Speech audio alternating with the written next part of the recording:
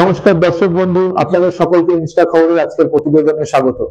আজকে আমরা যে বিষয়টা নিয়ে আলোচনা করব, এই মুহূর্তে শ্রীলঙ্কার রাষ্ট্রপতি ভারত সফরে রয়েছে। উনি 3 দিনের ভারত সফরে এসেছে অরুণা কুমার দিসানায়কে। রিসেন্টলি শ্রীলঙ্কায় যে ইলেকশনটা হয়েছে সেই ইলেকশনে খুব ভালো রেজাল্ট করেছে। আমরা প্রত্যেকেই দেখছিলাম যে উনি মালদ্বীপের মৈজু সরকারের মতো বা নেপালের প্রধানমন্ত্রীর মতো প্রথমে চায়নায় চলে যায় না ভারতবর্ষে আসে, কিন্তু যাক দিসানায়কে প্রথমে ভারতবর্ষে এসেছে। এই সফরে বিভিন্ন দ্বিপাক্ষিক বিষয়ে কথা হয়েছে এবং চুক্তি হয়েছে। তার মধ্যে যে বিষয়টি সবচেয়ে উল্লেখযোগ্য, অরুণা কুমার দিসানায়কে যেটা কনফার্ম করেছে ভারত সরকারকে এবং যেটা দৃঢ়ভাবে বলেছে যে শ্রীলঙ্কার যে স্থলভাগ বা জলভাগ আছে সেটা ভারত বিরোধী কোনো কার্যকলাপে ব্যবহার করা হবে না। আমরা প্রত্যেকে হাম্বানটোটা পোর্টের কথা জানি, যার জন্য এই ভয়টা আমাদের সবসময় থেকে যায়।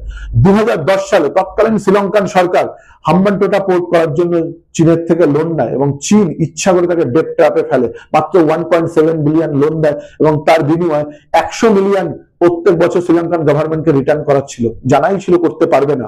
ভারত সরকার বারবার বুঝিয়েছিল শ্রীলঙ্কান সরকারকে, কিন্তু শ্রীলঙ্কার সরকার তখন সেই বিষয়টিতে কর্ণপাত করেনি। আজকে তার ফল কি হয়েছে? তার ফল হাম্বান চায়নার কাছে লিজ দিতে হয়েছে শ্রীলঙ্কাকে 99 বছরের জন্য। এবার শ্রীলঙ্কা তো লিজ দিয়ে দিয়েছে, কিন্তু সেটা ভারতবর্ষের জন্য একটা বড় সিকিউরিটি কনসার্ন হয়ে গেছে। ভারতবর্ষকে সবসময় ভারত মহাসাগরে নজর রাখতে হচ্ছে। এবং চায়না কি করছে জানেন? তাদের যে বড় বড় স্পাই শিপ গুলো আছে, স্যাটেলাইট শিপ গুলো আছে, সেগুলোকে তারা এই হাম্বানটোটা পোর্টে পাঠিয়ে দিচ্ছে যাতে ভারতবর্ষ কি করছে না করছে সেটা দেখার জন্য।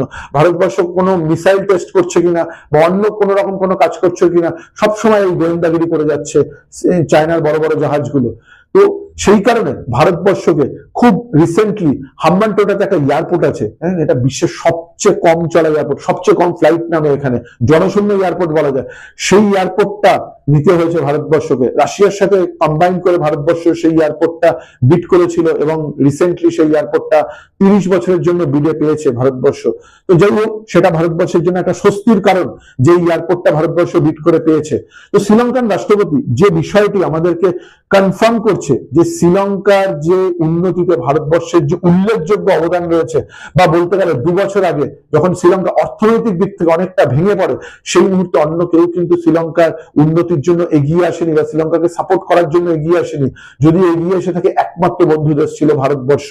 ভারতবর্ষ তখন প্রায় 5 বিলিয়ন একটা ক্রেডিট লাইন সেট করে এবং ভারতবর্ষ শ্রীলঙ্কাকে যে লোন দিয়েছিল সেগুলোর টার্মস অ্যান্ড কন্ডিশনও রিনেগোশিয়েট করে যাতে শ্রীলঙ্কা কমফোর্টেবলি পে করতে পারে, সেই জিনিসটা দেখে। সেই জন্য শ্রীলঙ্কার রাষ্ট্রপতি ভারতবর্ষ সরকারের উপর কৃতজ্ঞতা জানিয়েছে। এছাড়াও এই সফরে যে চুক্তিগুলো নিয়ে কথা হয়েছে সেটা যেরকম হচ্ছে ভারতবর্ষ শ্রীলঙ্কাকে আধারের ব্যাপারে হেল্প করবে, তাছাড়াও হচ্ছে সিএনজি গ্যাস দিয়ে হেল্প করবে এবং শ্রীলঙ্কার যে বিভিন্ন ডিস্ট্রিক্ট আছে তাদের ওভারঅল ডেভেলপমেন্টের জন্য হেল্প করবে।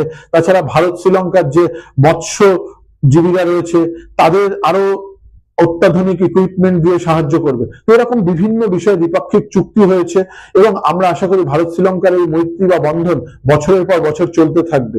আমাদের আজকের প্রতিবেদন আমরা এখানেই শেষ করছি। আমি আশা করব আপনারা লাইক, কমেন্ট ও শেয়ার করবেন এবং যদি আপনাদের এই ভিডিওটা ভালো লাগে অবশ্যই সাবস্ক্রাইব করবেন এবং বেল বাটনটা প্রেস করবেন। ধন্যবাদ।